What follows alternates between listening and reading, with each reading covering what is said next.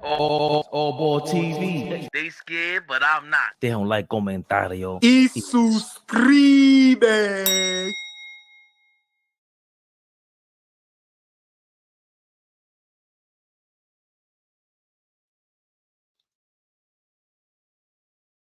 Yeah. I don't want my mic to be over here. Oh, that sounds better, right? Oh, oh, oh, oh. Saving perspective. Are we live? Big Flea. Never the little ones. Never a little. Are we live? Big Flea. Never the little ones. Streamer, it's like every time, I control the streamer. Why would you do that to me? They telling you who's boss. Kind of. I don't appreciate that. Fabian Perspective. What up, baby? Happy belated Father's Day. I'm gonna do this in real time. We ain't gonna act like I talk to you. Happy belated Father's Day. You mean? Couldn't find you. Missed you. Just wanted to holler at you. See how your Father's Day was. You know. You got aggressive Flea right now. Sorry. I knew I was gonna get aggressive Flea. You knew that. You know me. You know that. You know. Come on. 41. Julius, put a dress shirt on under that. Julius, put a dress shirt on under that. You don't care. Oh, man, this is ridiculous. Julius Randle's on the panel tonight, y'all. He's got a wife beater on under a pinstriped blazer. How does he sound so far? He hasn't said a word. It just started. I don't hear him. I'm locked into Knicks Rehab. But Can we be real? Josh Hart was trash. Trash. Julius Randle, I don't expect much from you. These guys are not media guys. Now all of a sudden they need to be cool in the media? No, we're hoopers. I don't give a damn about doing that. That's cool. I'm doing my analysis. That's like Stephen A. Smith gets paid to go crazy. Got him in the topics today. I see. This is the media. Stephen A. Smith gets paid millions of dollars to go nuts. I see. I've always seen right through it. Nostalgic Nick, Dominicano, Bojan, and Mitch in a trade for Booker. Wait. You hold that thought. My son is taller than me. I don't like that. I'm just looking over and seeing it, and he's taller than me. Shit pissing me off a little bit. Anyway, let's get right to it. You can't curse within the first 7 minutes, man. That's how you flag us, bro. 7 minutes. Yes, Flino. 7 minutes. Are you reading a text message or are you listening to me? Are you frozen? Oh. Your boy Cat headed to NYC. Nostalgic, what is this? No, he's not. Him and his $60 million. Where's All Ball to explain that nonsense still with that garbage? I can't wait to get our capologist in here so we can help people understand what is a little bit of money and what's a lot of money in the NBA today. Can't wait. Because y'all act like $20-30 million is a lot of money per season in the NBA nowadays. It's not. Who's y'all? I said what I said. Let's get to it. I got a lot to say today. Let's get to it. Okay, I know we ain't talking about no damn Cat. He ain't making no $20-30 million. I'm not talking about Cat. Okay. I'm just listen. You came. I missed this morning. I missed this morning. I watched this morning. Again. What? Oh yeah. Okay. Go speak to that because you came in the group chat firing. Go ahead, tell the whole world. Nah, ain't nothing to tell. You could. Yo, I know you guys ain't saying. I know you guys ain't saying we're not signing him. You could tee me up whenever the time is right. Until then, I'm gonna play by the rules. What do we got first on the docket? We got that first on the docket. Oh, now that first on the docket. Yeah. What was your problem with this morning's show? What did you hear that set you off? First of all, this morning's show was amazing. Big shout out to All Ball. Big shout out to Fabian Perspective. They do an amazing job. Please subscribe, like, share. If you're not tuned in to Knicks Rehab, please tap in. Right? My brothers do amazing. Never the little one. My brothers do amazing work, and I only get fired up when I miss things and I want to chime in, right? Here's the question. If not OG, then who? That's my first question.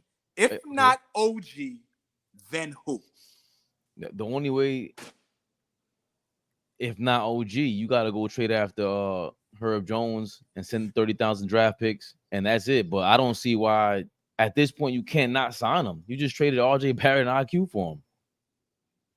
Big Flea, the real Big Flea. I'm an imposter, y'all. I'm gonna keep it real. I'm an imposter because I got a daddy. Now that's Papa Flea. That's Papa Flea. You're right. Papa Flea. We have a conversation yesterday. I learned a lot of things about my dad yesterday that I didn't know, by the way. But anyway, one of those conversations. Yeah, it was a good one. It was a good one. Those are the best. I didn't know he had some feelings about Will Smith. I learned a lot about my daddy yesterday.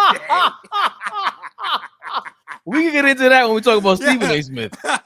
I learned a lot about my daddy yesterday that I did not know.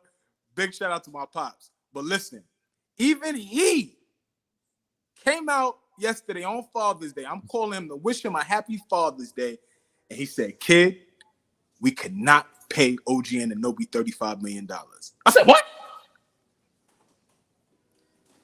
This is a lifelong Knicks fan, y'all. He watched the 70 championship. He was in front of the TV radio during the 73 championship, right? This is a lifelong Knicks fan. This brother told me we cannot pay OG Anunoby $35 million. So the question that I gave to him is the question that I'm giving to you, brother. If not OG, then who? I would think it's a sign and trade for Herb Jones or Mikal Bridges. There's no other way because you see that's the fit you're looking for. Mm-hmm. Now we know what Tibbs' system is missing, and not Tibbs plus these players. That's what they're missing is the defensive guy that can shoot the three. And then you got to get Monte Moore. I think Monte Moore as a free agent is evident. You like that? That's who you want?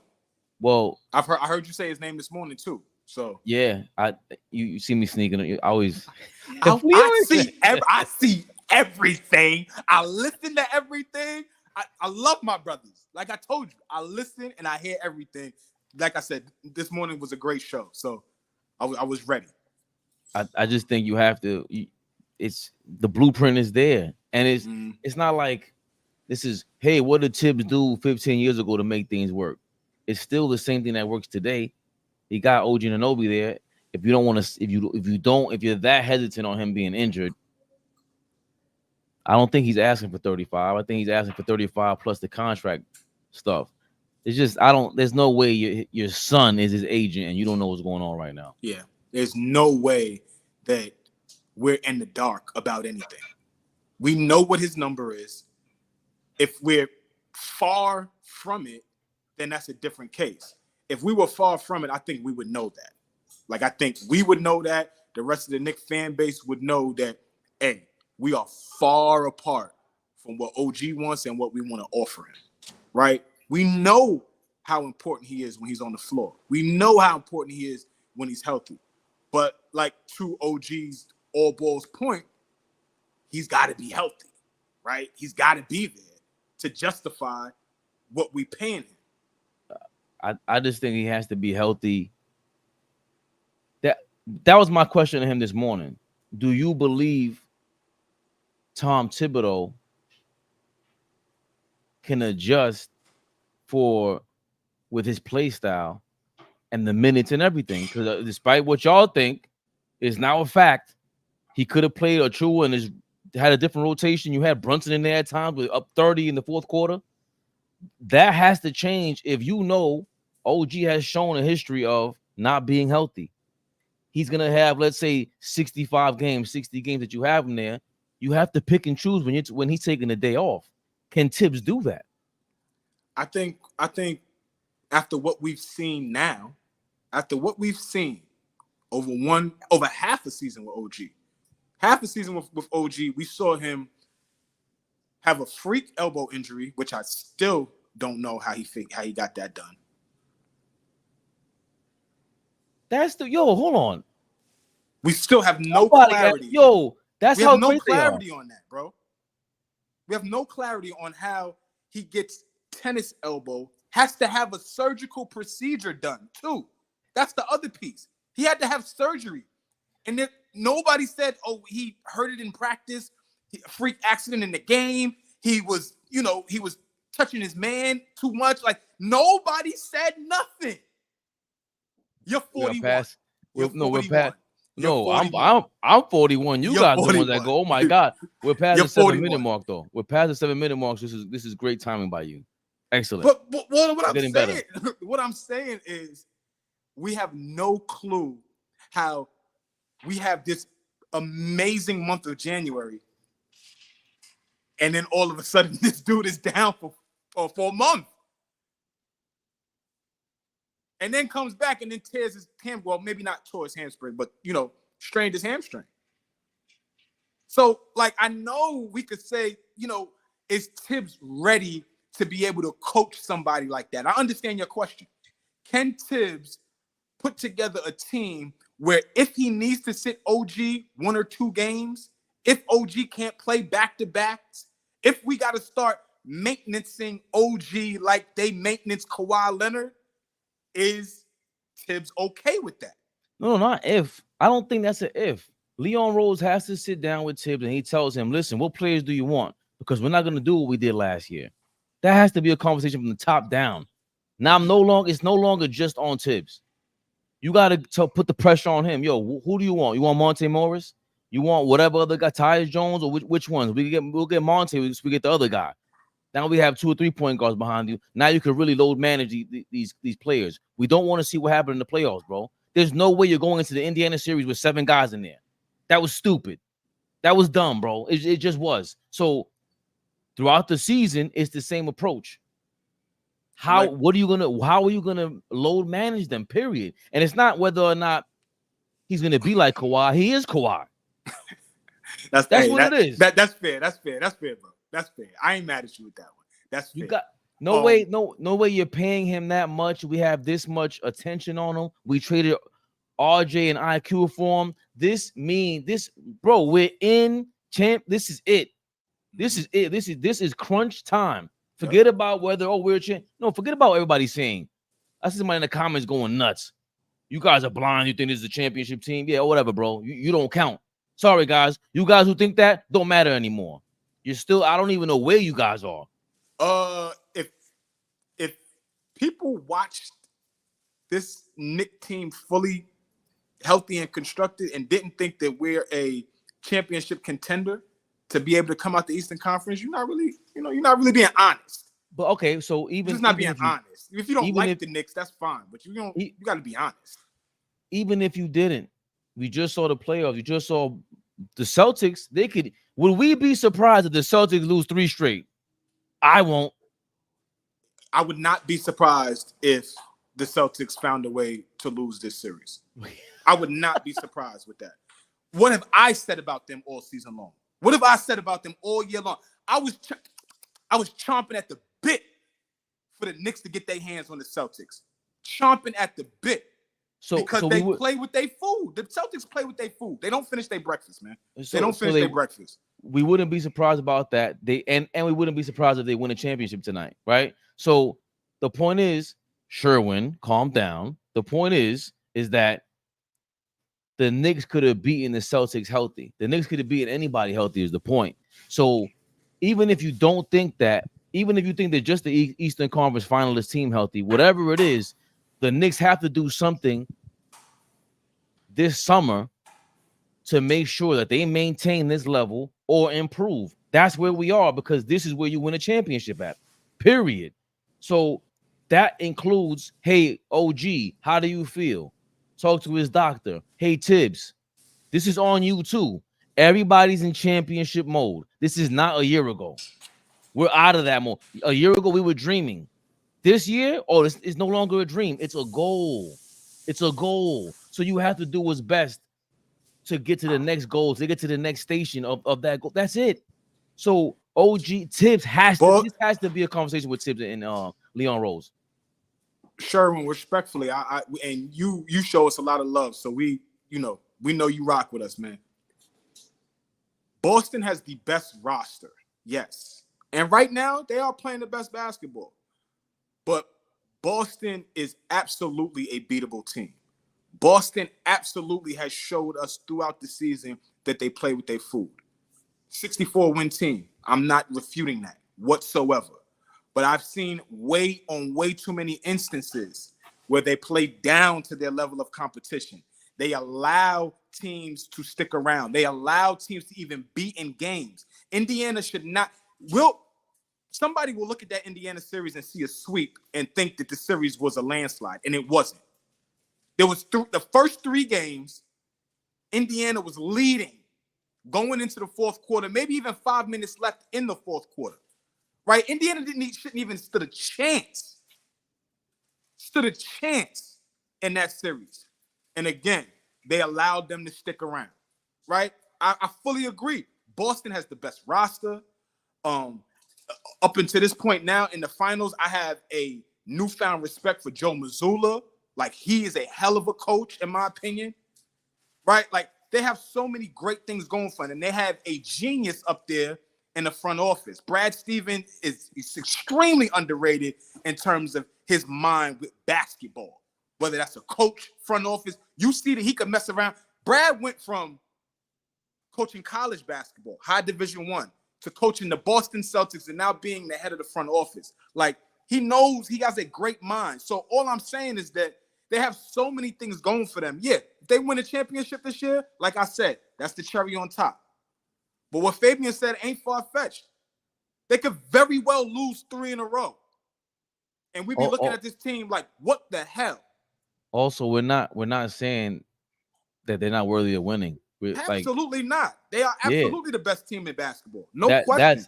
That's really our point, that they are basically the bar, and we had a chance to compete.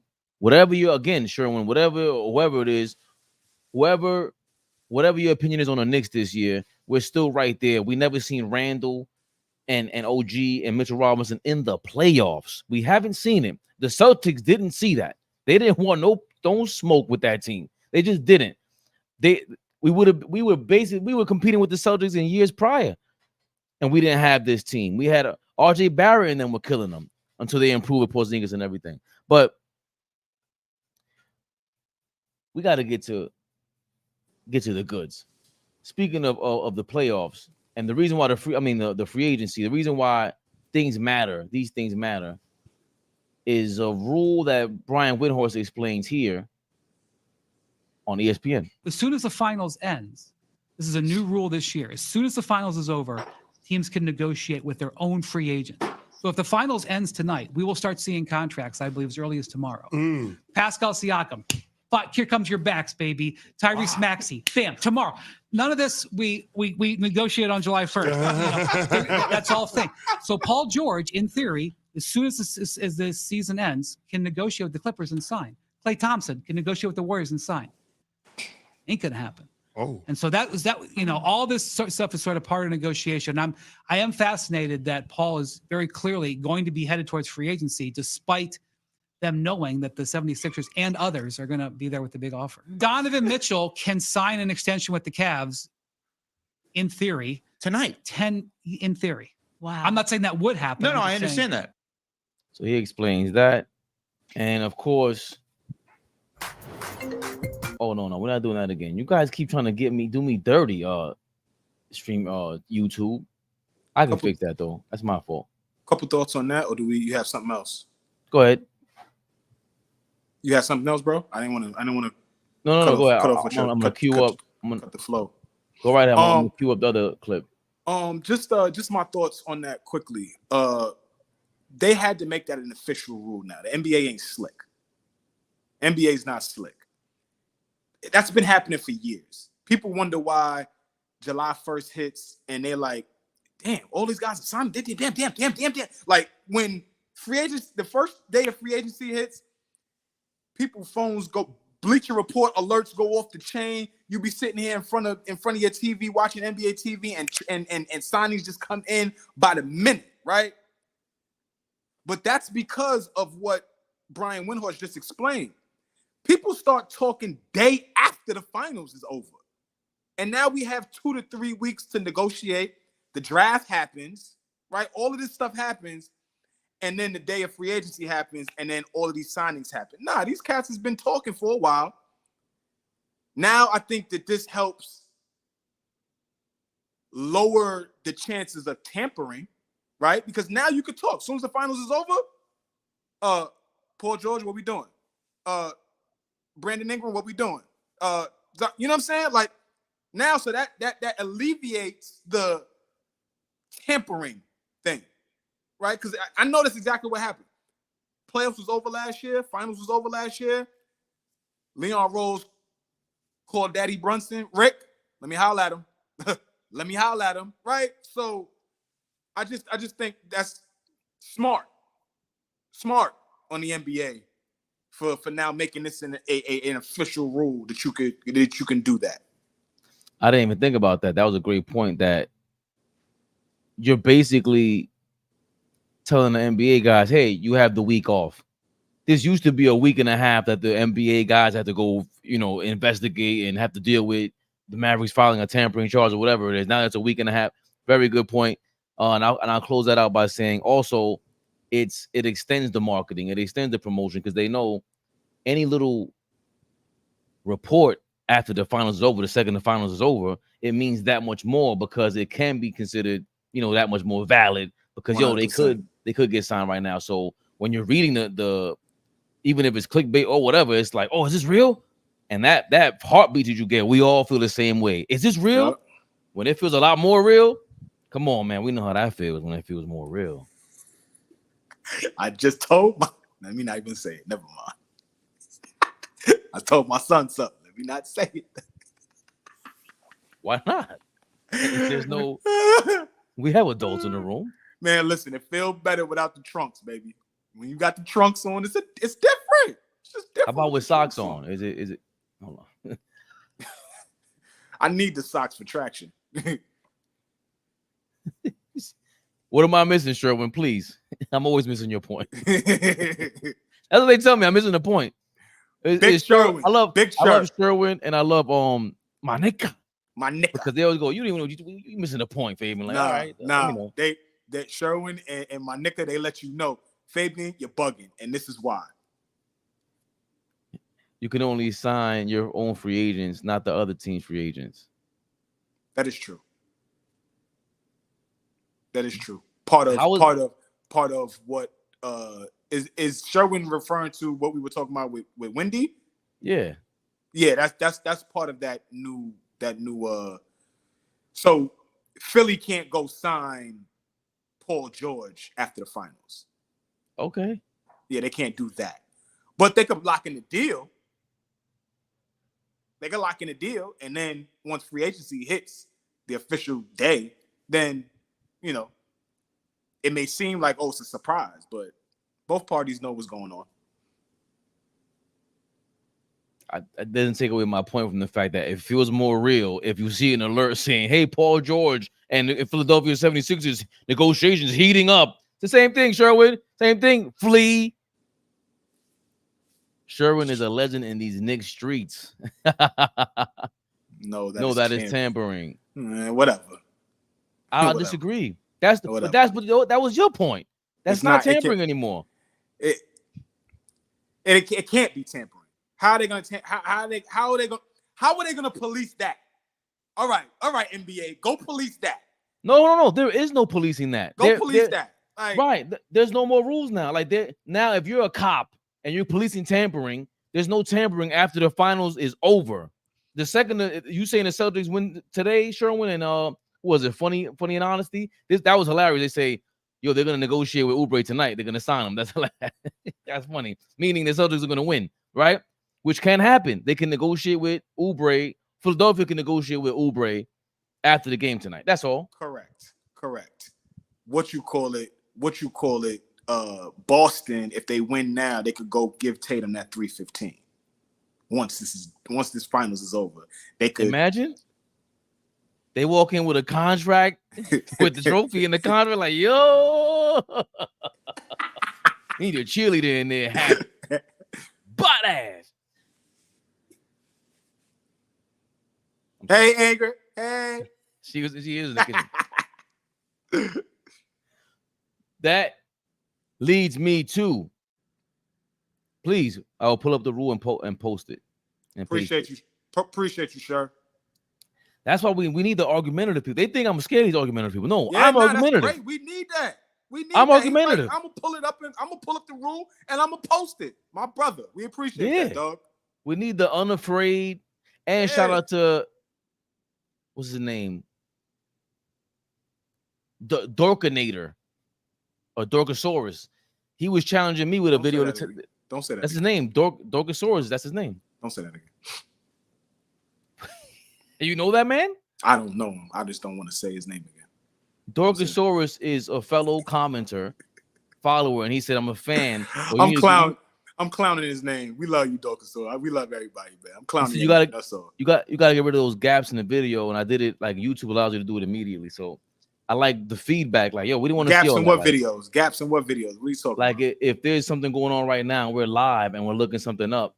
Once I chop it up, because StreamYard lets you do that. Once I chop it up, he's like, bro, I'm not gonna sit here and act like this is alive again. No, you're supposed to cut that up and edit it where it's to the point now. I was just like, oh, you know what? You're right. If somebody sees it, they didn't see the chopped up version to go rewatch it. No, we want to get to the point. He's right. He's right. Mama Flea said, you ain't got nothing nice to say. Don't say nothing at all. Heard you, ma. Nah, that ain't my style. I want to hear everything, nothing nice. I don't have anything nice to say about that. What am I guy post that, please, so we could so the people could see this. This? Yeah. Basically, go ahead, brother. No, you do it. Basically, any player set to become an unrestricted free agent this summer, leave me alone, Fabian, is free to negotiate a contract with the team they ended the season with on the day after the finals ends 2 hours ago. Thank you, Sherwin. And now, speaking of which, our guy on the Knicks recap, Troy Mahabir. Hope I'm saying your name right. Mahabir. Don't Mahabir. He'll appreciate that. I'm trying to make it fun. He does a great recap of the Bojan Knicks situation. Whoa. Knicks are planning to do with him moving forward. Shout out to Michael Scotto of Hoops Hype for giving us the following information. Recently, he had a podcast where he had on SNY's Ian Bagley and the New York Post Steph Bondi, two great NBA. If you've never heard of Riverside before, you are missing out. Me? Riverside is the easiest way for you and your team to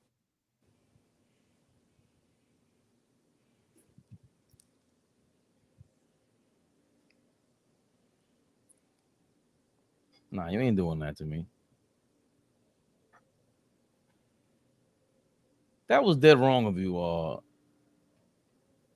YouTube. You're gonna try to make me pay for the subscription. All good. Bojan Bogdanovic and what the Knicks are planning to do with him moving forward. Shout out to Michael Scotto of Hoops Hype for giving us the following information. Recently, he had a podcast where he had on SNY's Ian Bagley and the New York Post Steph Bondi, two great NBA insiders, where they discussed Bojan Bogdanovic, his contract, and what the Knicks plan to do with him. And here's what they stated. According to Scotto, the expectation as of now is the Knicks will guarantee Bojan Bogdanovic's salary for the upcoming season, and he'll become a trade candidate in the final year of his contract as a result. That would put him at $19 million for the 2024-2025 season. There are a lot of guys around the league that have a similar type of contract. The Knicks also have draft picks in the future they can dangle. Scotto continues here by stating the Knicks have always prioritized the flexibility of being able to trade for a star. That's why they have a boatload of draft picks and flexible contracts they can include in deals. We can talk about the draft. We can talk about filling the void, adding vets, but it's clear. The Knicks have one goal, making sure they have enough assets, the contracts, and the players to make that trade for a star. At the end of the day, that's still their goal. Oh, you heard the update there. Fair use, fair use. I guess it's fair use until they claim it. Nostalgic. I ain't listen, man. If he claim, I'm gonna tell you if he's hating too, because we showing him love. Ain't nobody reposting him. On Twitter, they do that. Nobody reposting none of these Knicks content creators. They don't repost us either. And when they finally do, I ain't gonna hate either. Except, like Fox Sports will hate on you. You post their stuff up, they're gonna claim it, and you won't make any money on it. But shout out to Troy, man, because he again, that's a hard job to do. Is just look for Knicks news the entire day and repost it. It gets tiring. I'm like, what am I gonna talk about tonight? Bojan again? OG again? Like, we have to remix all this information all over again. So that being said, Big Flea. Never the little one. What do we think about that information with Bojan being re-signed, guaranteed for next season, according to 3 Knicks insiders? And that's basically paving the way for a superstar to come to the Knicks via trade. Well, I look at it like this. It's I think both are a gift, right? Bojan was excellent for us coming off the bench, when he understood what was going to be asked of him, right? So I don't think that bringing him back on a number like that, $19 million is awful. I did think that, like, there's a time where, like, you have to guarantee a certain, like, that can get guaranteed at a certain time of the month of this month. Like, there's a certain date that says, okay, it can guarantee it. And if not, then once he surpasses that date, then, that creates the flexibility. So that's the 26th. I thought it was the 29th. Thank you. The 26th. Okay, so that's what. Okay, so that's what I'm talking. So I didn't think that we're a week away from that. So I guess it's a great time to discuss it. If he is a Knick starting the season prior to that trade deadline, I'm fine with that. That's shooting off the bench. That's a guy who played with a level of energy on the defensive end that I didn't think he would play with. He's not a defensive stopper. But he's also a guy that Tibbs didn't have to hide out there. He wasn't hiding him, putting him on, guys who don't touch the basketball. So I thought he was a lot better for us than I expected, right? When he got hurt, it hurt us, right? It shortened our rotation. He was a guy that was in the rotation. So I'm fine with starting the season with him. But I'm also feeling a lot better if he is a guy that we can add into a package for, I'm not going to throw a name out there because I don't know what it's going to look like come trade deadline. But if he is a guy that we can throw into a package and that makes the deal, and that sweetens the pot, it makes the deal even better. It makes the deal kind of, we can't turn this down. Great. Because not everybody has those kind of pieces, right? A piece that can be productive. He can be productive. He also can be a piece that we can trade that we won't cry about going forward, that he's not a part of our team.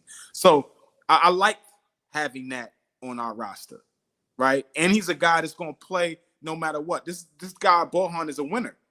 Every team that he's played for, he's been a part of the playoffs. This is the guy that says, I've never missed the playoffs as a pro, right? That's not easy to do. Some guys don't make the playoffs. Some guys are used to just playing for bad teams. So I'm okay again with going into the season with him. But I'm even happier at the fact that we can use his friendly deal, $19 million, a guy who can shoot it, and see what happens. Thank you, Sherman. It was the 28th. I said the 29th. No team will pay Bojan $20 million. That's not the point, Sherman. That's the point I want to get to. You're not paying him $19 million to pay him $19 million. No, you're paying a $19 million shooter to shoot, yes, but you're also paying him because it's the final year of a contract. They're not extending him. It's expiring money, and at the end of the day too. And I'm talking directly to Sherman because I like what he's saying in the comments. Think about it like this: a guy like him, off the bench, averages 12 to 13 points a game in the first 50 games of the season. His deal is expiring. They trade him. You don't think another team in the NBA, he's not going to get a deal that's going to pay him somewhere between $15 and $20 million for what he does? Nah. Somebody's going to pay him that. I'm arguing the number because Sherwin is saying somebody will never pay him that. Yes, he will. He will get that. Whether he does or he doesn't, that gets less as the season progresses. That $20 million. Also, you have. I'm saying he can up his stock. It's a contract year. That's what I'm saying. It's the expiring year on the deal, so it's already up. People are going to want that off their books. Detroit, a lot of these guys, Houston, the Lakers. There's too many teams that can want to take an expiring contract on. Even though I know you have to do a dollar for dollar deal. It cannot be just 2 players for one. I get all that. A lot of these cap rules are in there now. Also, the $2 million is guaranteed anyway. You don't want to just say, "Oh, we're going to cut you come June 19th or June 28th," and you still owe him $2 million, and he gets to walk away to a different team, and you take a $2 million hit. No, keep him. That way, you can use the entire $19-20 million in the deal instead of getting hit for the $2 million, and you got to take on another $18 million. It makes no sense. No. You're basically trading him anyway if he walks away with those $2 million come June 28th, 29th, right? He's basically walking away with $2 million, and he might sign somewhere else. So that's a trade. If he signs with the Cavaliers for $15 million, well, it cost you $2 million, and you're trading him, and whoever you're signing after that, you basically made a trade for him. That's how I'm looking at it, and I'm pretty sure that's how they look at it. But I'm excited about it because I love having expiring deals. Now, again, going back to Jeremy Lin, that was my biggest beef with that. I don't care what Carmelo Anthony has to say. Yes, I love him in his post-career. We was not. That would have been no. We did exactly what we were supposed to do. No, we didn't. They hated on him for no reason. Nobody hated on him. He wasn't that good. They hated on him big time because they were saying he wasn't that good, and you don't deserve a contract like that. Meanwhile, anybody else gets overhyped and gets paid like that, it doesn't matter. But that's not even the point. Contract was bad in the first year. It wasn't bad. It was $5 million, $5 million, $15 million.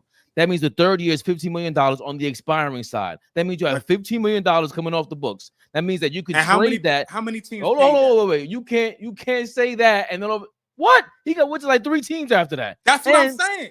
That's my point. I'm talking about the basketball. He wasn't good, and he should have. And the Knicks didn't pay him, rightfully so. Let Houston pay his ass. Good. Exactly. And that's the emotional side that's not there anymore. And why they're going to re-sign Bojan right now and have him traded by October, December. Best case scenario, he's there to shoot for us. That's the difference. That we didn't have Leon Rose to explain that back then, who was Carmelo Anthony's agent before he went to the Knicks. That's the difference. That was a great deal. $15 million is easy to get rid of and tradable to any damn team because everyone's looking to get rid of cap space. No. Back then, what is that? 11, 12, 13? What is that? That's something like that. Things were different at that time. I'm not even going to argue the cap at that time because, I'll be honest. I am not a capologist, so I'm not about to act like I know how everything works. But I will say this. Jeremy Lin was not worth that contract. It was a bad deal from the word go. From the word go. Houston had money to spend, so they spent it. God bless them. I'm glad we did not spend that money. That's all I'm saying. Not on that kid. I'm cool. But again, so you were arguing 2 different things. I'm not arguing nothing. I'm saying he wasn't good. That's what I'm saying. So right. So far, we don't disagree. We agree he wasn't that good, but that's not what he was signed for. He was signed for because he was decent and that he wanted to make that contract. It was a poison pill contract. 5 mil, 15. I don't know what the 30 is, $15 million. And it's the Houston Rockets. Balloon? What is that? A balloon? What did they call that? A balloon contract. I know they have the term the poison pill, but they called that contract something else at that time. Right, but it's still a poison pill contract because and it's the Houston Rockets. He was Chinese or what was he? Korean or Chinese? Oh, Jeremy Lin. He's Asian. Yeah, he's Asian, and they had Yao Ming over there, so there was a big Asian population or Asian backing for that team. They wanted another Asian guy over there. They were slick about it. The Knicks were making Baron Davis and Carmelo Anthony sat down and talked about making money with Jeremy Lin, and he refused to make the money for whatever reason in New York City. He was Taiwanese, so yeah, it wasn't. This is a smart deal. Sherwin is saying is they have to pay back 90% of his salary. That's part of the trade kicker. Even if it's dollar for dollar, Sherwin, that's when the cap gets crazy to me. Because if you're trading him, Bojan, for somebody that makes $30 million, whether it's Mikal Bridges or whoever it is, why would you have to pay his money? That makes no sense to me. If I'm not mistaken, if you trade Bojan for somebody that makes $10 million, then you take a hit on the cap crazy. Then it's not worth even trading him for somebody that makes that much. Even if it's a good deal for someone like Jarrett Allen's deal is amazing. I would trade for Jarrett Allen simply on the contract because I hate his whole style. He's very clumsy. He's flimsy. He's soft to me. But that contract, talent-wise, and for his talent, 2 years, $20 million is amazing. But you can't trade that for the 1 year, $20 million because you owe him only $10 million this year, and Bojan you owe $20 million. That $10 million difference for this season, I think it goes like they goes up 50% or 90% to Sherwin's point. You can't just straight up trade him like that because you have to match the dollar for dollar. We didn't have that penalty 10 years ago. Yeah, Mike. That's the difference nowadays, I think, and what I was saying. I think we was talking about this a couple weeks ago, just in terms of you can't aggregate deals now. You can't aggregate, you can't put me and you together to trade for Sherwin. The money has to match. We can't. Exactly. You can't do that anymore. Yeah. But that's why I think it's worth it because you're not trading him. Well, then again, then if he's part of the trade, now we got to start looking at players who's making around $20 million that we're looking at per year right now. Yeah. Yeah, I would have to think about that. $20 million players right now.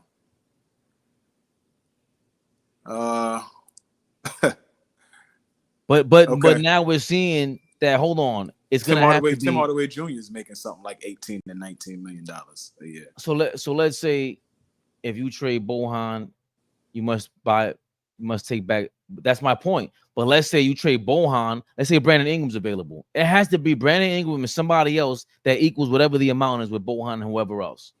Now you see, it's kind of like we're playing detective. If you're keeping them, that means you got to trade for somebody that was making that much money. Who else is making that much money? Mm-hmm. That's what we got to look. That's the investigation because now we're on to you. So I love this is why they put that rule in place. As soon as the NBA Finals is over, you can start your investigations, guys, because we're in the mix now. I say we get rid of Bojan and get Kelly Oubre.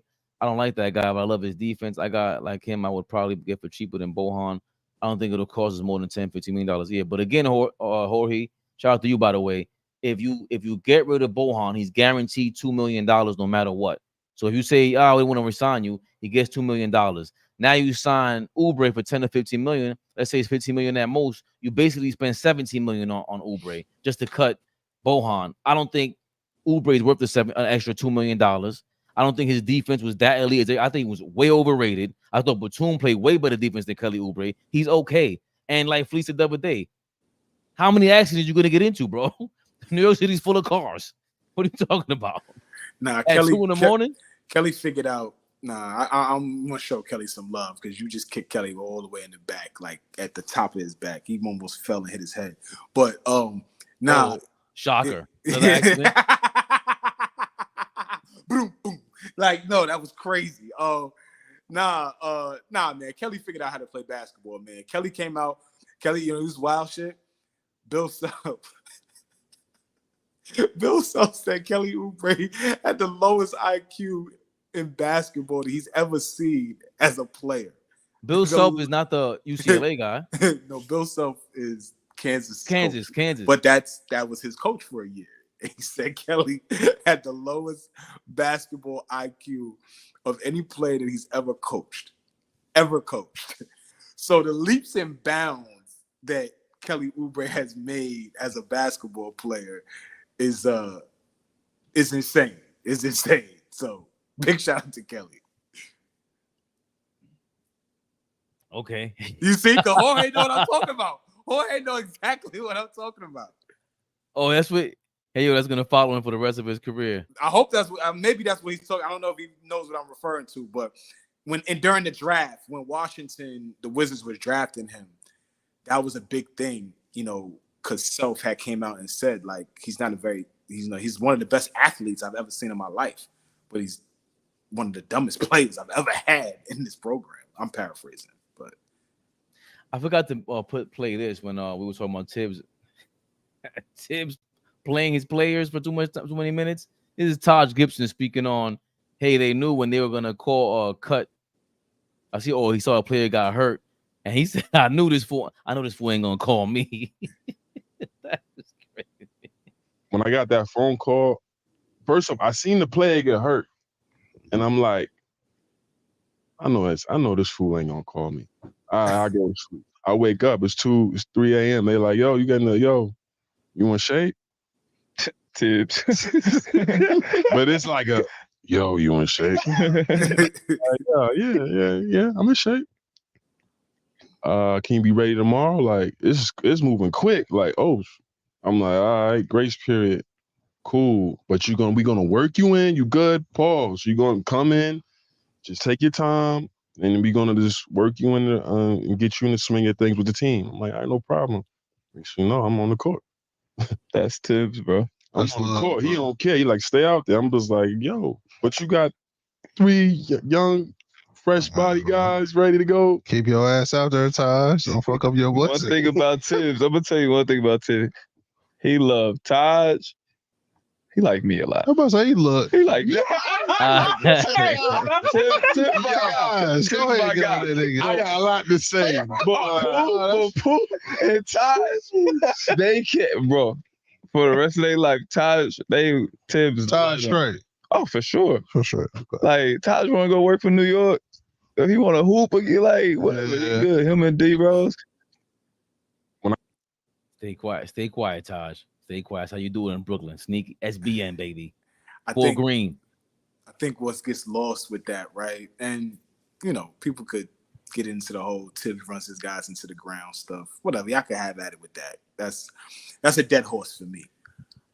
What gets lost, though, is that you got to understand why this dude is like that. He has a level of trust in certain players that play basketball the right way. Playing basketball the right way. I just talked about Kelly Oubre and how low his IQ was early on in his career. That's not somebody, regardless of what kind of athlete he was, jumping out the gym, he wouldn't have been able to play for Tibbs because he didn't play basketball the right way. And so I wish that would stop getting lost in translation when, people start talking about, you going to play me, Taj. You play basketball the right way. He trusts you.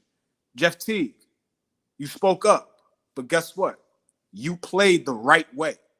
You weren't one of them guys that you couldn't put out there. Jeff Teague got Mike Bibby the fuck out of here. Am I right about that? Fact check that for me. If I remember that right, he was the replacement for Bibby. Yes, no? Check that. I think. Where was this? In Atlanta. In Atlanta. The point guard that got Mike Bibby out of there was Jeff Teague.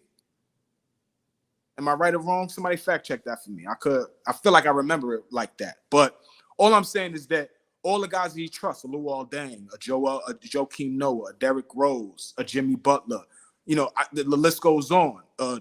Jalen Brunson, Josh Hart.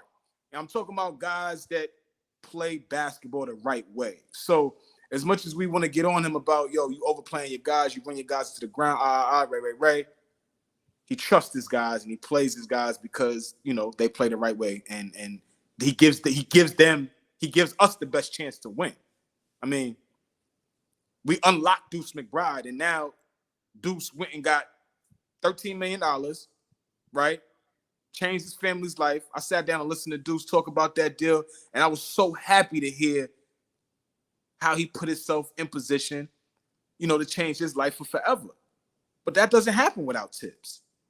It does not happen without Tom Thibodeau putting Deuce McBride in the right positions.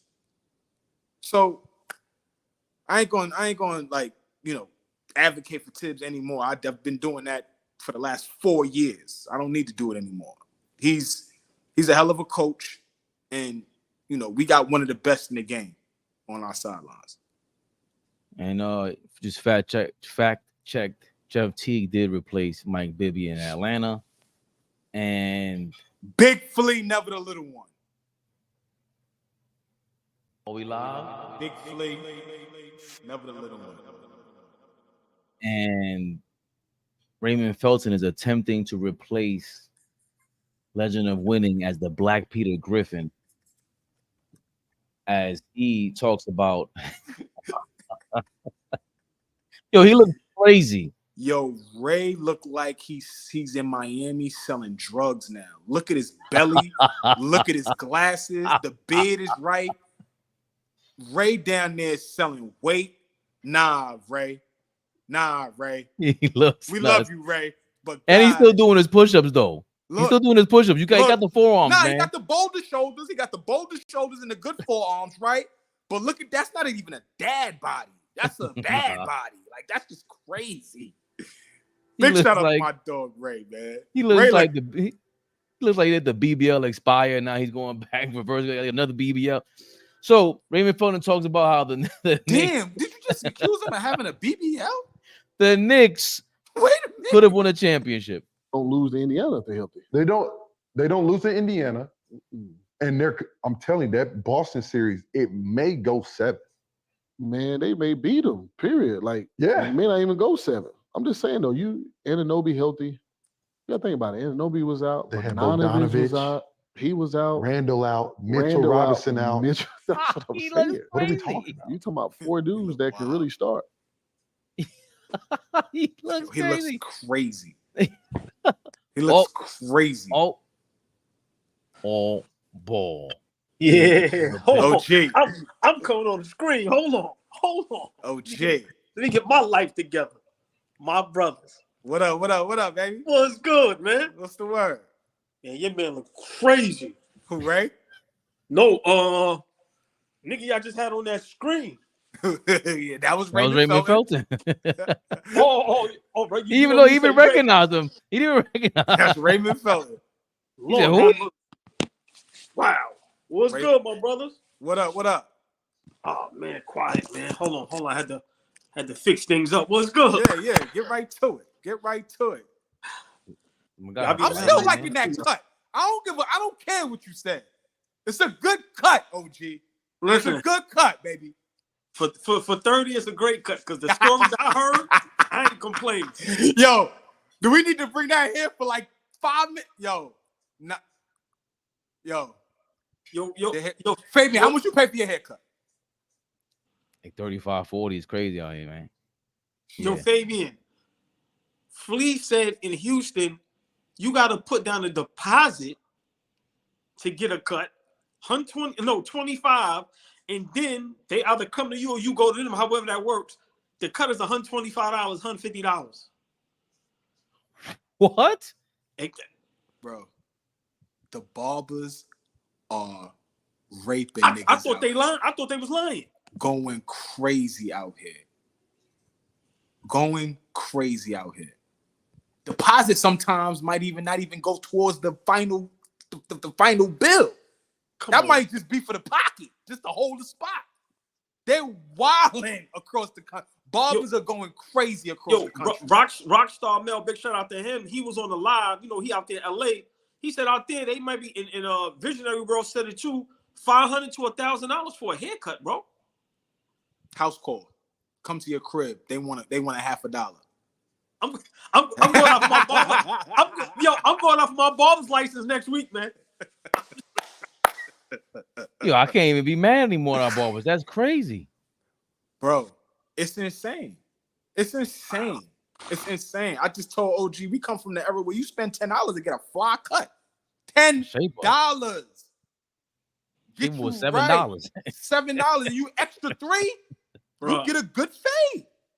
It's wicked out there. What's good though, fellas, man? What is going down tonight, man? What were you talking about? Well, before we get to our finals predictions, before we get going, Stephen A. Smith is out here running amok. He's kicking. You talk about kicking somebody's back in, Flea. Yo. He's kicking JJ Redick's back in every chance he gets, and I love the drama.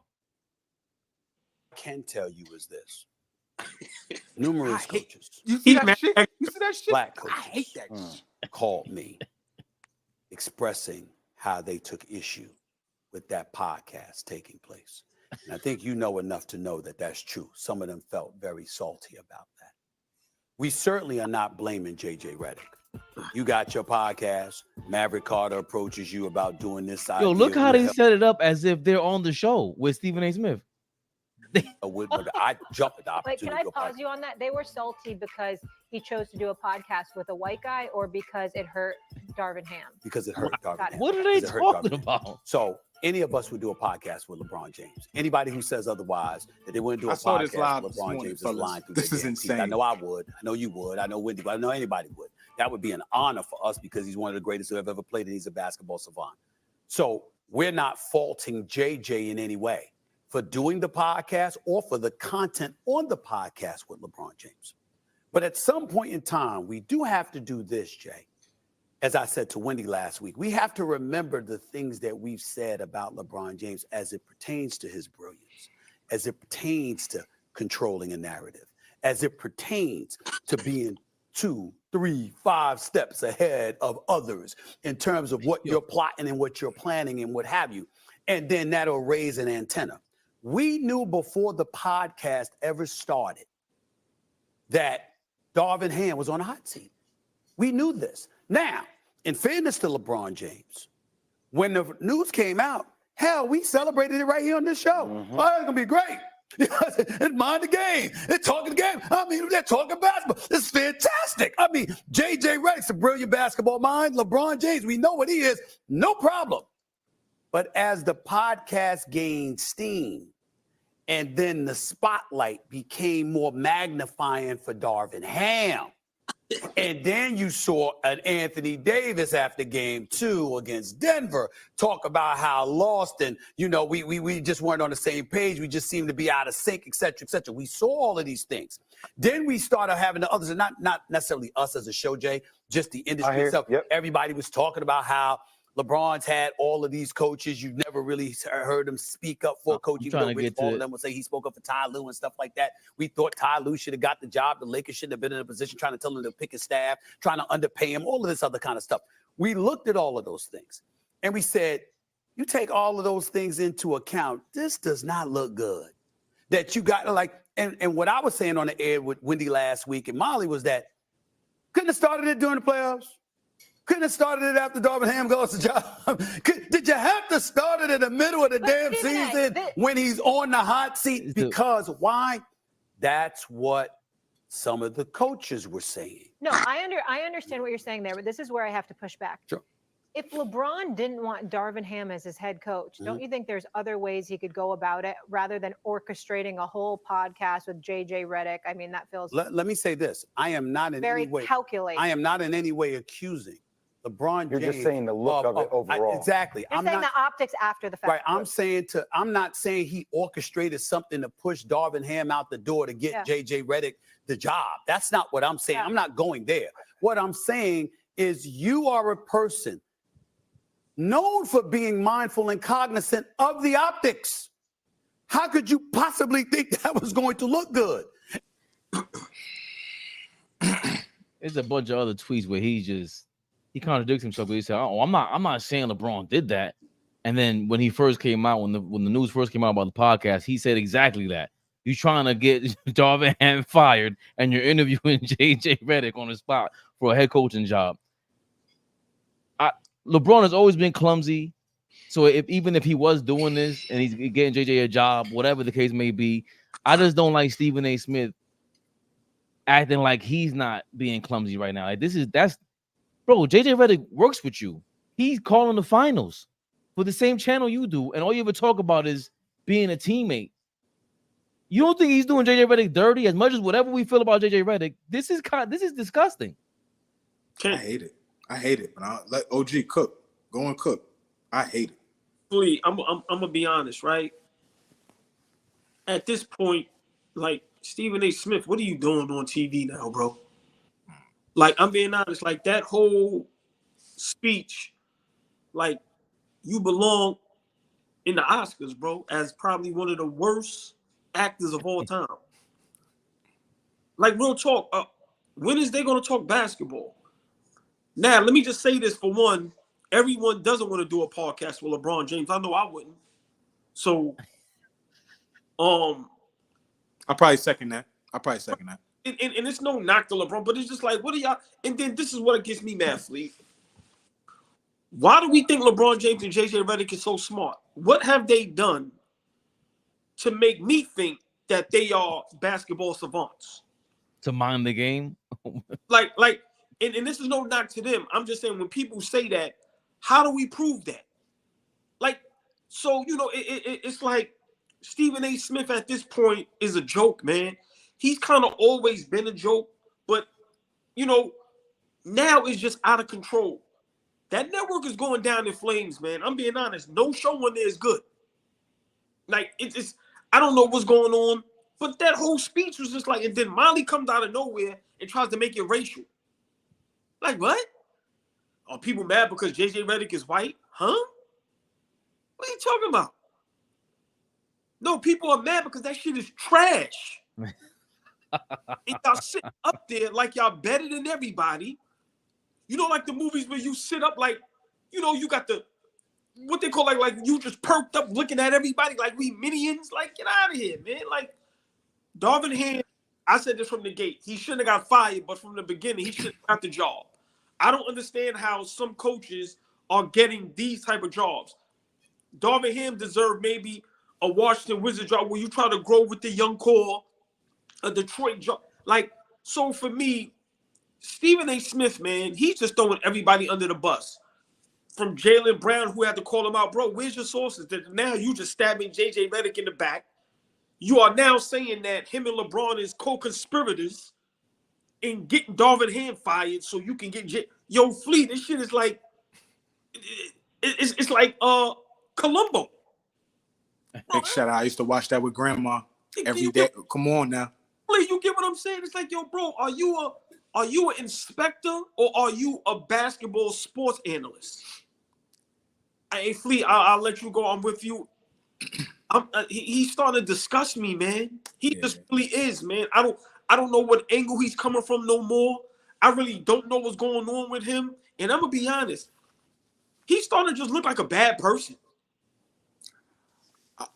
I'm gonna say this, OG. I feel everything that you're saying, right? Here's how I look at it from my vantage point. This is probably the first time ever in this sports media landscape that has taken over in the last, what are we gonna say? Let's say 10 years, 15 years most. It's the first time that Stephen A. actually has competition within the space. There's actually people who are as good as what he was doing and is even better now. People captivate you on the screen, right? He thought he was slick by bringing Shannon over and, you know, making him a compadre as opposed to my op, right? That's the new shit the kids say, right? He's not op, right? He brought him in to make him a teammate as opposed to somebody that he was competing against, because he was competing against that brother for 7 years. And yes, First Take is big because ESPN is bigger than Fox, but Undisputed was on their heels regularly. They were on their heels. Check it, Fabian. The information is out there for you. They were on. Check it. It's the information is out there. The ratings is out there for you. Hold on, It was, and was it close? No, hold on. It was closer than you acting like. So hold on, Ken. So, hey, Fabian, this is what we're not going to do. Forget the ratings. What was a better show, Skip and Shane Undisputed, or Stephen A. Smith and First Take? Undisputed was. And it wasn't even close. Right. Go ahead. So that's really my point. People are on his heels, and he's leaning more into now entertainment as opposed to basketball substance. He's not a basketball analyst. He's not a reporter anymore. He's an actor on General Hospital, for Christ's sake. He does brick. That's what he's leaning into. You got to understand something. You ever see it's bad. It's bad. But it's soap opera acting. It's supposed to be bad. But he's awful. But what I'm saying is that I respect people who got to grow. So you going into the next phase of your life, you want to change things up. God bless you. But what I'm saying is, in the process of your transition, you look goofy. You look bad, bro. You arguing up there with women, black women, right? Every chance you get, you going back and forth with sisters, right? Every chance you get, you saying some suspect shit. You trying to throw your weight around because you're feeling a little insecure that you don't have the same weight that you did. So whatever weight you have right now, you're trying to throw that around, and it's weird. It looks bad. Like, everything about it just looks bad. I would much rather him lean into talking basketball again. I'm on the other side of the thing with OG, and I know OG don't really rock with Braun, and I love it. I love him for that. I'm on the other side of that. Like, I like the podcast because I like that nerdy shit. I like sitting there hearing about all of that type of shit, right? It doesn't lean into the entertainment aspect of it. And you like what you like. That's cool. But you can't say that has anything to do with Darvin Ham not being the head coach of the Los Angeles Lakers anymore. He was not good at his job. That's a tough job to have as your first job. You were not great at it. Missed me with he got to the conference finals. Missed me with that. His coaching had nothing to do with that. Zero to do with that. Because when they got there, they got thumped. Like, thumped. Get out of here. So his coaching had nothing to do with that. Can he be a head coach in this NBA? 1,000%. Should he be the head coach of the Los Angeles Lakers? Absolutely not. Absolutely not. Go somewhere where you have the ability to grow. Go somewhere where you have the ability to teach. You wasn't doing a lot of teaching in LA. You were doing a lot of surviving. I gotta survive. You imagine how he felt as the head coach of the Los Angeles Lakers. No backing. Nobody backs you publicly. I've never heard LeBron ever heard him say Darvin. Have you ever heard him say the word Darvin? I've never heard him say it. Or coach. Faye, bro. I know. Hold on. Hey, Fleet, I never heard him speak to him. My point. So all I'm saying is that nobody could that's easy work. Blame the podcast for why Darvin Ham is not there. Blame LeBron. See all these people again. He's a jealous mob. You know what I'm saying? He's an envious mob. He's the most popular athlete in the world, but you could tell he likes to control where the cameras are. And everybody, Draymond got cameras now. Pat Bev got cameras. Paul George got cameras. Everybody got nigga Theo Pinson.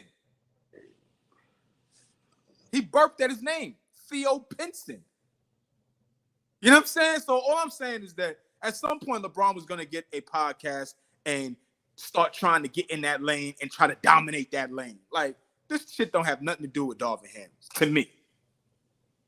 All of LeBron's shows are garbage. Like, I was trying to root for it. That show was garbage. Him and JJ Redick. And if that is the how you say that the rehearsal, the tryout for JJ Redick being a coach. Why is garbage? Why is garbage? Because it's boring. Like, we've seen. Why is it boring? Because I've seen other iterations of it, like the thinking basketball dude and JJ Redick by himself is better than that. We don't need LeBron James. You provided. That's a LeBron thing. Okay. Okay, hold on. So let's lean into let's lean into the LeBron thing. What is he bringing that's so extravagant?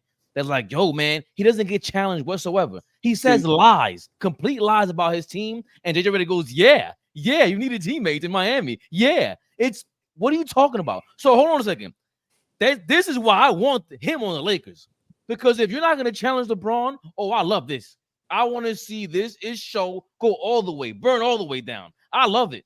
Because if you're a coach, Flea, and you're supposed to coach the GOAT at 40 years old, and you're not challenging him, that's good coaching. I don't understand that. I don't get it. That's trash. I see now. I'm always getting in this position where I'm a damn advocate for LeBron James. I don't need to advocate for this nigga, but just speak your mind.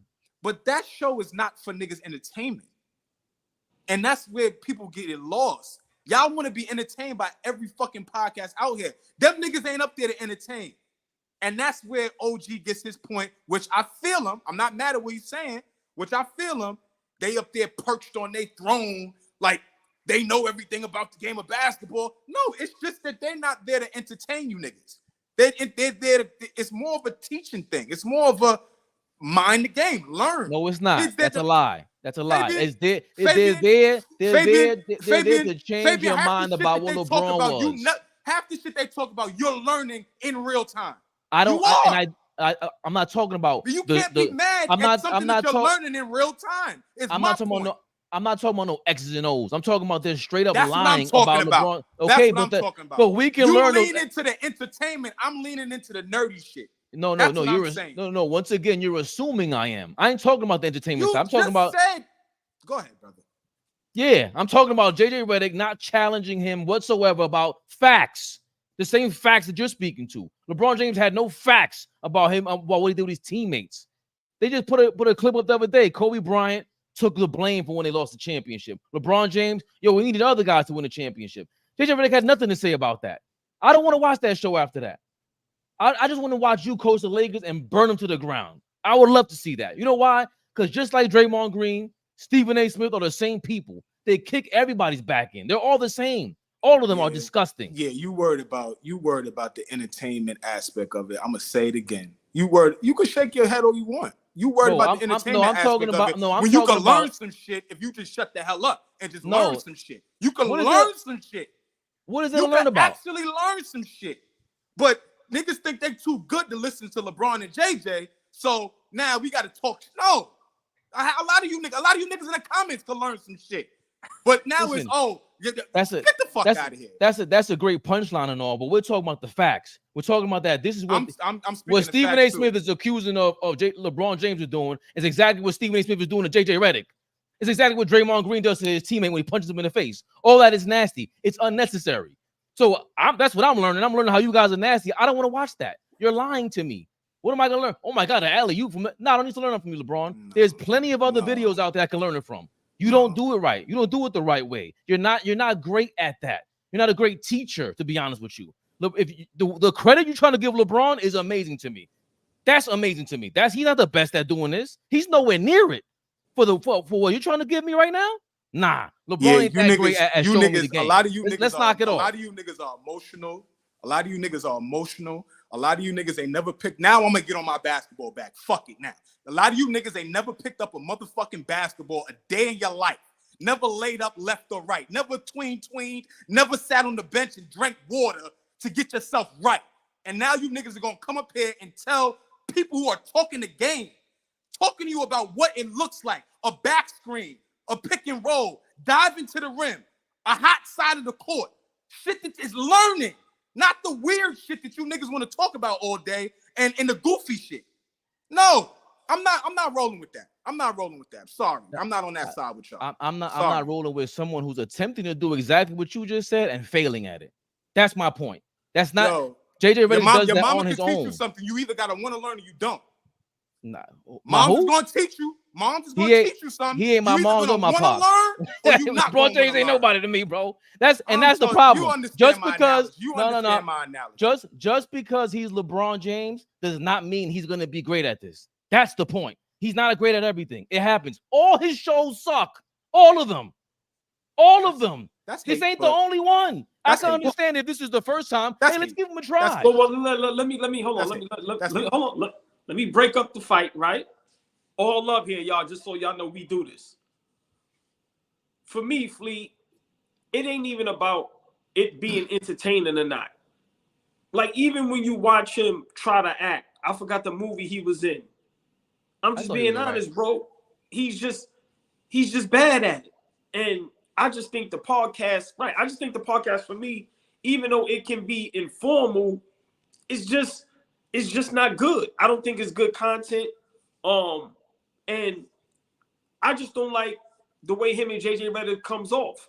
They come off very snobby, very stick up there, you know what. And for me, I expected better. I expected more. But my opinion, I troll a lot with LeBron James. I have nothing personal against him, but I don't think he's the smartest basketball player ever. I don't think JJ Redick is the smartest basketball player ever. But people are trying to push that on people, not saying you, but the networks. No, him. Flea is. And how am I trying to push that on y'all? Tell me somebody else who's doing it. He just did it for 5. Tell me somebody else who's doing this. That what the high level of basketball? No, just talking basketball and not talking gossip. Who talking basketball? There's a bunch of guys doing that. Zach Lowe does it. Ryan, you know my favorite. Tell me other players. See, now you missing word. Now you talking to me. Bro, listen, like I told you, JJ Redick for me on his own does it well. LeBron adds something, doesn't add anything to that conversation. They just going back and reflecting on what? I don't get it. I don't think he does it that great. That's just my opinion. The mix, I thought they have the look. The production is amazing, but I don't like. He's just like you said, Obo. Like the way he speaks is too prepared. Like, what do you could take a chance or two, bro. I want to hear what you really have to say, not the BS. This doesn't sound authentic to me. That's part of the problem. And JJ Redick, as snobby he is, that's an authentic snobby. That's an authentic snobby from JJ Redick to me. I don't think it's great TV. It's great television, and it's supposed to be that. I'm down to watch Neil deGrasse Tyson and all these other guys on the Cosmos and learn something or two. It doesn't matter to me, but stop telling me LeBron James is great at explaining the game of basketball like that. He's not captivating enough. He doesn't do what Stephen A. Smith does on his level, on a smart level, whatever kind of level you want to talk about. You hear me? You hear me? I can hear you. Yep. Yeah. So I mean, to each his own. Like I said, I don't want to have this talk no more until Fleet get back up here. But yeah, for me, I'm just not impressed, and I think people probably was wishing for more, and I'm just not impressed. That's all. It ain't nothing personal. I'm not impressed with a lot of these podcasts. And they took a different angle. And like I said, you have to respect their basketball minds. I just feel it's just not the greatest basketball minds of all time. And it just seems like, like what Stephen A. Smith said, everybody would want to do a podcast with LeBron James. No, they don't. What are you talking about? It's not true. I don't think everybody would want to.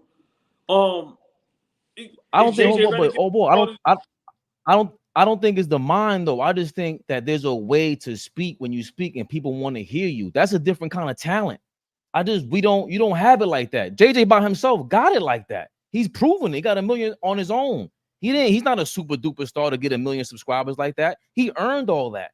He earned that back on. We go, I want to hear what JJ got to say. Me personally, and there's 1 million people, same thing. But LeBron has not earned that from us. I think he's been trying to force that on us. That's the difference for me. Just speaking on basketball. I ain't talking about anything else. Basketball.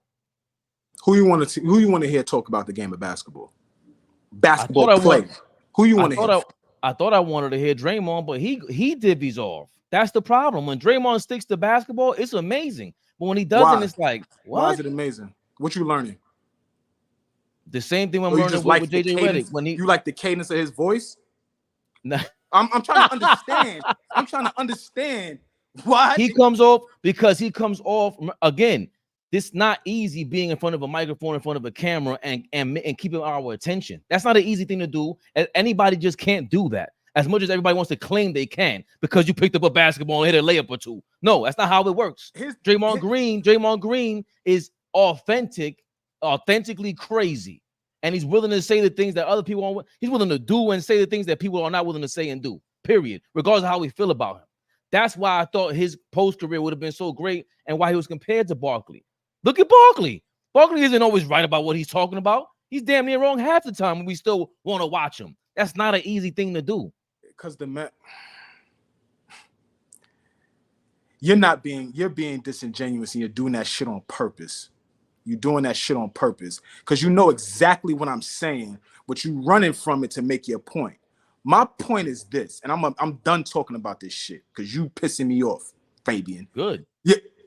You do not want to be honest and say that there is an entertainment aspect of certain podcasts on why niggas watch them. It just is what it is. You just said the other day, you like Carmelo Anthony and you hate Mero, but you like Carmelo Anthony, and you're gonna sit there and watch. Why? Because Melo comes off authentic. Okay, and maybe to your point, that's the entertainment side of it, where he's capturing me with that. Right, because you Mero don't know these niggas, bro. Let me remind you, you don't know these niggas. You don't know these niggas. So if they're gonna talk and you lean into what they're saying, that's just because, damn, I like that dude. So I like what he's saying. I like how he's saying it. What did OG just say? These niggas look pompous. They up there. They look like they talking down at the camera. It looks wild. I'm not arguing that. I agree with that. I can understand why people don't like the show. But what I'm not going to say is that you can't learn something from it. It's not the typical type of podcast where niggas is doing this right here and people are being entertained. It's just not that. And if you can't decipher the two type of content, then I don't know really what to tell niggas. No, because then now you sound like them. Now I don't get it. It's going over my head because I can't. I'm not capable of being not entertaining, listening, and watching it. No, I just don't like the way you present your information, LeBron. I just don't like it, and so do a lot of people, and they don't want to say it. JJ probably feels the same way. He just can't tell you because he wants that job on the sidelines with you, LeBron. Listen, we gotta keep it a buck. It has nothing to do with preference. No, none of us really want to hear LeBron James. You know what is he talking about? You know who says LeBron is one of the smartest basketball players ever? Who? Niggas that play with him. Fuck us. Fuck the fans. Fuck who's in the comments right now. People who play, and he's played with damn near. You know he needs all the help he can get. He's played with every nigga in the league. Every nigga in the league. Hey, okay. Every nigga in the league. So every nigga in the league lying. Hold on. Let's be honest. Please don't make me address you to the Frank stand. Don't do that. Listen. Hold Knicks on. 100. Hold on. I'm a different type of cat. No. Talk to me, OG. Most people that talk good about LeBron James is mostly guys that's his friends will look up to him, bro. Hold on, I like to break the ice, man. We a little too tense, but Flea, everybody doesn't praise him unless it's guys that look up to him or his friends. And I forgot the player that said it, where he said the difference between Mike and LeBron, which is this not a GOAT conversation, where he was like, the guys LeBron played with and against, they all grew up together. They all his friends. Once again, will I ever say he's not smart? No. But I can't go with he's the greatest basketball mind of all time. I'm not saying you saying that, Flea. No, but that's what people try to portray. Yeah, I got it. Right. I got it. So you know me. I'm always gonna go against the grain. I know that. Right. I'm always gonna say, right. I'm always gonna find a way to say, no, he not. You know what I mean? So for me, I'd rather hear people say he might be top 10 greatest minds all time. But some of these people go berserk. But see, here's the thing. For so many years, we never got nothing from him. We never got no inside track. We never got no what he thinks about this, what he thinks about that. We never got no access, right? And that was a big thing for all of us. This nigga don't want to sit down with nobody. He don't want to talk to nobody. That's really pompous because he don't respect nobody. Who he gonna respect? Who he gonna talk to? Yeah, that's true. Now he talking. Now he rocking, and now we still don't like it. Now we don't. Now it's okay. We get an inside track. Okay, we still don't rock with him. So I don't know. I'm an advocate for the show only because I feel like it's just a little different from what everybody else is doing. That's all. That's the only reason why. That's it. Well, listen, I don't know what happened with Fabian. He runs the show. He got him out of here. The producer I ran him out of here. I was bugging today. I ran him out of here. You know, Flea no browed him off his own show. Nah. He probably doing something in the background. I know. But listen, man, the game is on. It's looking like a goodie. Knicks Rehab, we see y'all tomorrow. Big Flea, OG, we out of here. Hold on, Flea, before you go. Boston got to pull this off. Boston can't lose. He right here. He right back. He back. Boston can't lose. I think we got to give our. Who wins tonight? This is the series tonight. I gotta go with Boston. I'm going with the home team. Dallas win tonight. You think they're gonna win the series? Yeah. Flea, you know the game as well as anybody. When that momentum switch, listen, man. If Boston lose tonight in Boston, you know how much that's going to take out of them? You know what it's going to have to take for them to go and win in Dallas? And then let's not forget, a Game 7 in Boston, you have a guy like Kyrie who's been there. He ain't going to fold. Boston has to get it done. This is why I never liked that coach. They should have swept Dallas. But tonight is where he earns his money, Flea. Missoula. Yes. Tonight, okay. And I've been adamant about that. I don't know a person, I don't have nothing against him. But tonight, this is where he earns his money. You have to close this out. You cannot give a team confidence. Not Kyrie and Luka. You cannot. I can't see Boston losing 4 in a row. 4 games in a row. That's tough stuff. That's tough stuff. The defending champs lost 4 in a row. Even though they wasn't down 0-3. Remember the Minnesota. Yo, that Porzingis injury is major. Bro, I don't even know why they playing him. Just leave him out.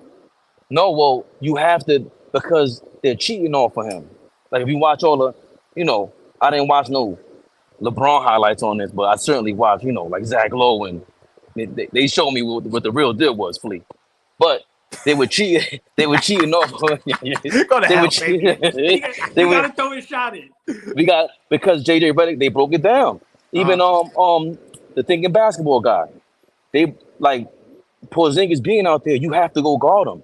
You can't just cheat. Derek Lively can cheat in the paint now. Now imagine he doesn't have to go to the perimeter anymore.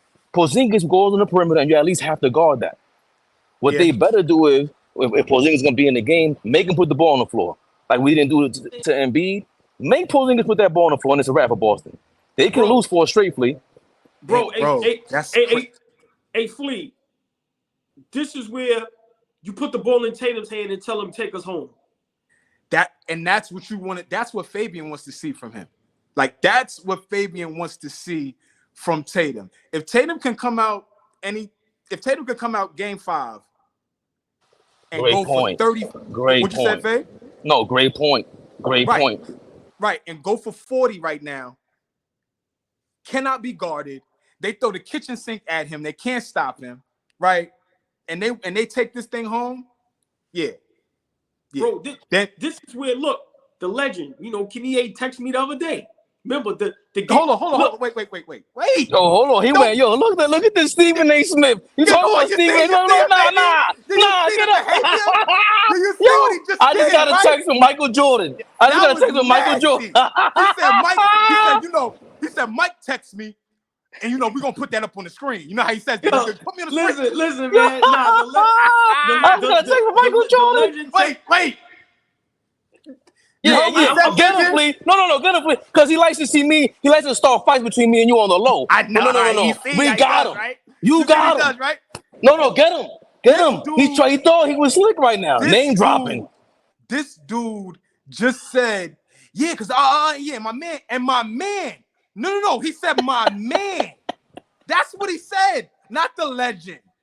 Not Queen, not New York City's finest, not Queens' finest, not one of the best point guards ever.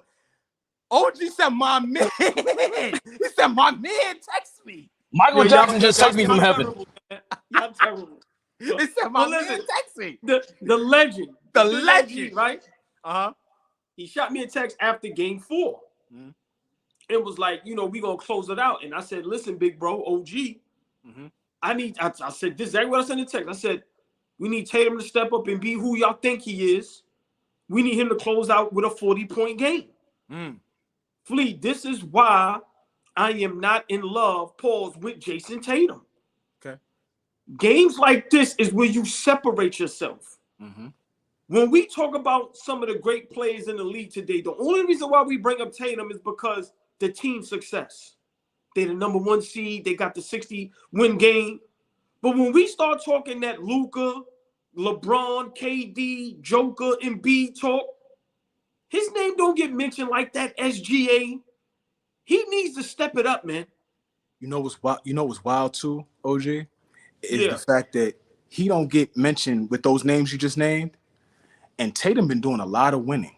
Eastern Conference Finals 6 times. Right. Already been in the NBA Finals, right? So he should be talked about the way that those guys are talked about. It just, once he starts doing the winning, right? Add a championship to his resume, maybe a possible MVP if he can grab that, then it's different kind of conversation. He's going to have to talk about with Embiid, Joker, SGAs, Luka, all of those guys. But it's wild that this dude has done so much winning and they say nothing about him. We go back and forth about who's better, him or Brown, right? Exactly. My point is, he has to separate that. Mm-hmm. Like, and it's a reason. It's a big reason for that. And this is why he gets snubbed when it's MVP votes. This is why he gets snubbed when we talk about, top 5 or top 3 or best player in the NBA. Because once again, he doesn't take the challenge. Listen, Brad Stevens and that Boston Celtics has built a great team around him. That is not his fault. They did their job. I need Tatum to be that 6'9", 6'10" guy that we think he can be and go crazy. Straight up. Everybody done it. With Giannis, 50, 60-point game. Curry had the 50-point. Like, it's guys that did that. Giannis had the 50 ball in game 6. Come on, Flea. Of the finals. Come on. Of the finals. So, yeah, we need a closeout. Okay, JB. We need a closeout from him. Come on. We need a closeout from him. How are we going to put you up there with some of the greatest Celtics of all time? How? It's a fact. It's a fact. Yeah, come on. You got to, because once again, you playing against a team that if they get hot and get a rhythm, they have 2 of the best closers in the game that can get any shot they want. You have to put your foot on their neck. You have to. I'm sorry. You have to. And I think it's up to him. I think it's up to him. Jason Kidd should be fired for continuing to play Maxi Kleber. Like, he should lose his job. I'm exaggerating, right? But like, no, you're not. No, you're not. Why you keep playing this dude? No, you're not, Flea. Listen. I'm a big J Kidd fan. J Kidd might be my second greatest point guard all time behind Magic Johnson. Of course, Steph Curry would get that slot in a lot of votes because of the championships and what he did with the 3-point shot. That's Fabian's favorite point guard of all time. No. J Kidd is my favorite as well. But let's be realistic. This is why he got let go from all them other coaching jobs, bro. This is why. Huh. Look, and then your team, look, y'all was down 1. Look, Boston going to 8-0 run. Now y'all down 10.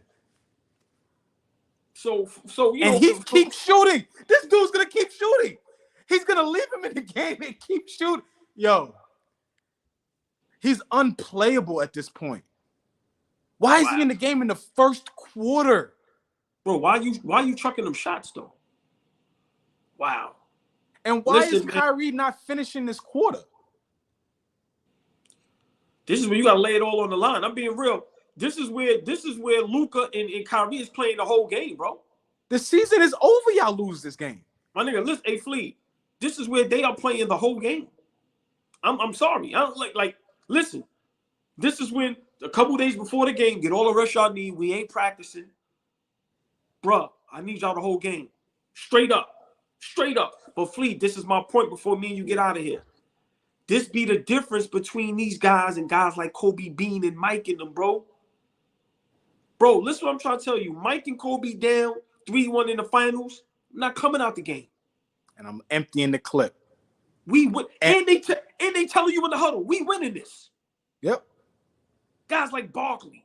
Yeah. Remember Shaq? How many times Shaq said he told coaches, bro, I'm not getting out the game, bro. I'm not coming out the game. Guys like KG. What KG said? I love that line. No, but I'm just saying those type of players, like I love when KG say, when you injured or you hurt. KG said, bro, can't nobody stop me from playing. If I want to play, I'm playing. You telling me these guys with that intensity, that competitiveness down 3-1 in the finals, and we could turn this whole season around and maybe win a chip. I'm not subbing out the game. Allen Iverson to tell you, I got to die on this court, bro. The NBA Finals. Flea, love you to death, man. Let's get to watch these My finals, brother. baby. See y'all later. Yes, sir.